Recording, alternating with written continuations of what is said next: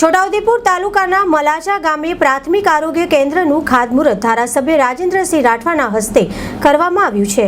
છોટાઉદેપુર તાલુકાના મલાજા ગામે પ્રાથમિક આરોગ્ય કેન્દ્રનું ખાતમુહૂર્ત ધારાસભ્ય રાજેન્દ્રસિંહ રાઠવાના હસ્તે કરવામાં આવ્યું। આ કાર્યક્રમમાં ધારાસભ્ય રાજેન્દ્રસિંહ રાઠવાની સાથે ઉપસ્થિત તાલુકા પંચાયતના પ્રમુખ કલ્પનાબેન રાઠવા, જિલ્લા આરોગ્ય સમિતિના ચેરમેન ગુમાનભાઈ રાઠવા, જિલ્લા આરોગ્ય અધિકારી ડોક્ટર ચિરાગ ચોબીસા, જિલ્લા પંચાયતના કારોબારી અધ્યક્ષ શર્મિલાબેન રાઠવા, તાલુકા પંચાયતના કારોબારી અધ્યક્ષ રાજેશભાઈ રાઠવા, તાલુકા ભાજપના પ્રમુખ કાળુભાઈ નાયકા, ભાજપના યુવા નેતા સંગ્રામસિંહ રાઠવા સહિત મોટી સંખ્યામાં ગ્રામજનો આ કાર્યક્રમમાં ઉપસ્થિત રહ્યા હતા।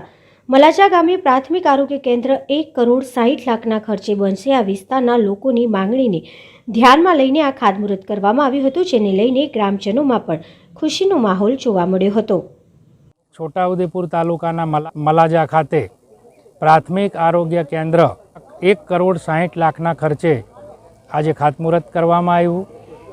એમ તો આ કામ ઘણા સમયથી પેન્ડિંગ રહેતું હતું, પણ કોઈક ટેકનિકલ કારણોસર અત્યાર સુધી એનું કામ શરૂ નહીં થઈ શક્યું, પણ આજે એનું સૌ ગ્રામજનોની અને અધિકારીશ્રીઓ, અમારા જિલ્લા પંચાયતના સભ્યશ્રીઓ, તાલુકા પંચાયતના પ્રમુખશ્રી એ સૌની ઉપસ્થિતિમાં આજે અહીંયા ખાતમુહૂર્ત કરવામાં આવ્યું છે અને આનું હોળી પછી આનું કામકાજ શરૂ થઈ જનાર છે।